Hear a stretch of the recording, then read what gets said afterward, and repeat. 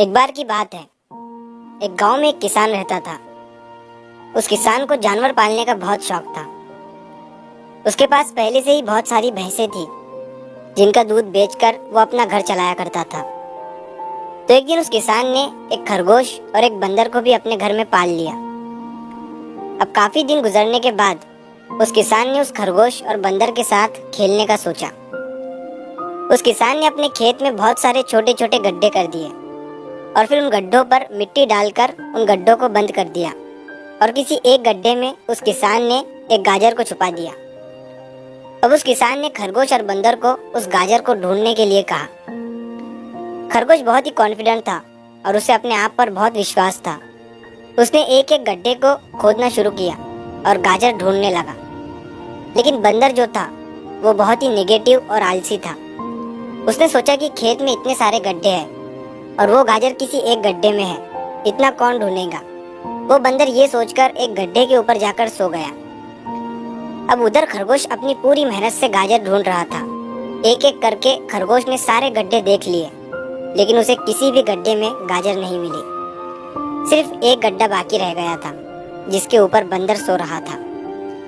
अब खरगोश बंदर के पास जाता है और उसे उस गड्ढे पर से उठने के लिए कहता है।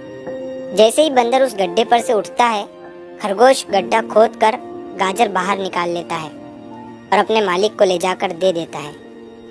बंदर ये देखकर हैरान हो जाता है कि जिस गड्ढे के ऊपर वो इतनी देर से सो रहा था, गाजर उसी के अंदर थी। वो सिर्फ एक बार खोद कर देख लेता तो गाजर उसे मिल जाती और वो मालिक की नज़रों में बड़ा बन जाता। यही सोचकर वो अपने किए पर पछता रहा था। दोस्तों, इस कहानी से हमें 3 बहुत बड़ी सीखें मिलती है। पहली ये है कि हमें कभी भी अपने काम के प्रति नेगेटिव नहीं सोचना चाहिए। जैसे उस बंदर ने सोचा कि इतने सारे गड्ढे हैं और गाजर किस गड्ढे में है पता नहीं। यही सोचकर उसने उस काम को अपने लिए बड़ा बना दिया। और दूसरी सीख हमें इस कहानी से ये मिलती है कि हमें एटलीस्ट कोशिश भी तो करनी चाहिए, क्योंकि हम जब तक कोशिश नहीं करेंगे किस्मत भी हमारा साथ नहीं देंगी। अगर वो बंदर जिस गड्ढे पर सोया हुआ था वहां से ही गाजर को ढूंढना शुरू करता तो उसे गाजर मिल जाती, लेकिन उसने कोशिश ही नहीं किया।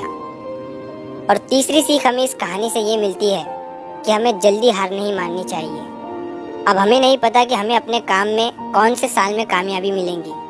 वो 2025 हो सकता है, 2030 हो सकता है या 2032 भी हो सकता है, लेकिन हमें कामयाबी तभी मिलेंगी जब हम पॉजिटिव सोच के साथ कोशिश करते रहेंगे और हार नहीं मानेंगे।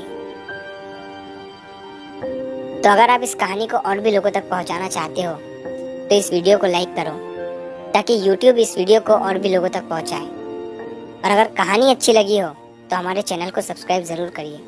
मिलता हूँ मैं अगली बार इसी तरह की कहानी के साथ। तो सब्र करो, शुक्र करो और ज़िंदगी में आगे बढ़ो।